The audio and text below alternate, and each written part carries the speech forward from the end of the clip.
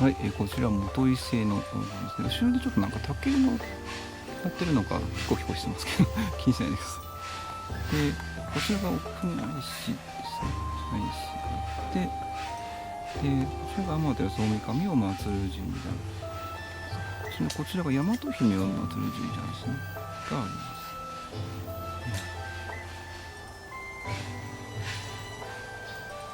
す。で、こちらは、この大きな方の本殿は、天神社ですね。